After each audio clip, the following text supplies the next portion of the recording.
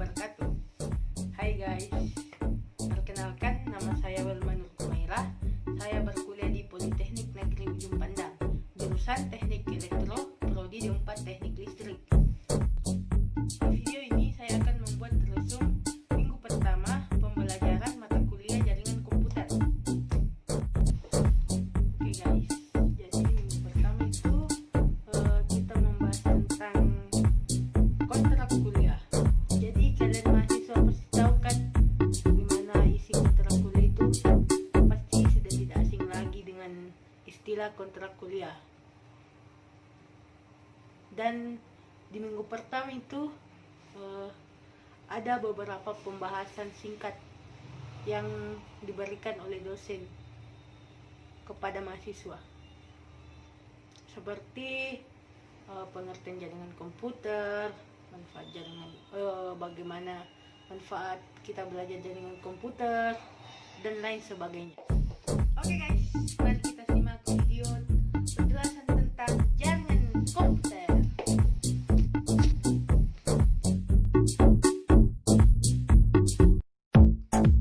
Pengertian jaringan komputer.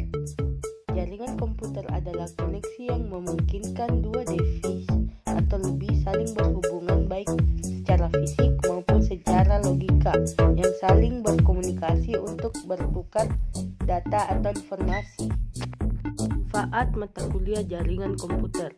Pada mata kuliah jaringan komputer ini, mahasiswa diharapkan dapat memberikan pemahaman prinsip dan konsep dasar komunikasi antar perangkat jaringan komputer, mampu memahami OSI layer atau Open System Interconnection dan model Transmission Control Protocol TCP suite yang dijadikan sebagai dasar komunikasi antar perangkat jaringan komputer. Karakteristik jaringan LAN, MAN, dan WAN.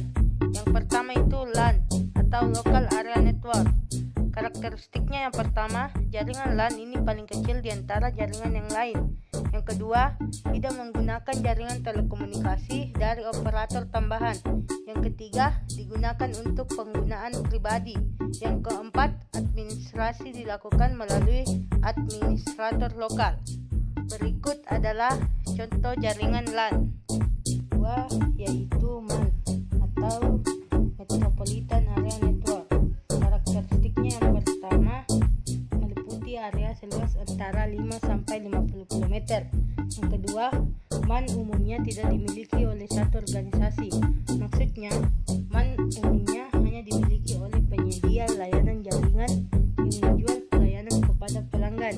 Yang ketiga, MAN sering bertindak sebagai jaringan kecepatan tinggi untuk memungkinkan sumber daya daerah. Yang keempat, MAN berukuran lebih besar dan biasanya memakai teknologi seperti jaringan LAN. Yang kelima, MAN memiliki sebuah atau dua buah kabel dan tidak memiliki elemen switching yang berfungsi untuk mengatur paket melalui beberapa output kabel. Berikut adalah contoh jaringan MAN. Dan yang terakhir yaitu WAN atau Wide Area Network. Karakteristiknya yang pertama, menghubungkan perangkat yang dipisahkan oleh wilayah geografis yang luas. Yang kedua, menggunakan jasa operator telekomunikasi. Tujuannya agar perangkat-perangkat yang ada dalam jaringan WAN dapat saling berhubung satu sama lain.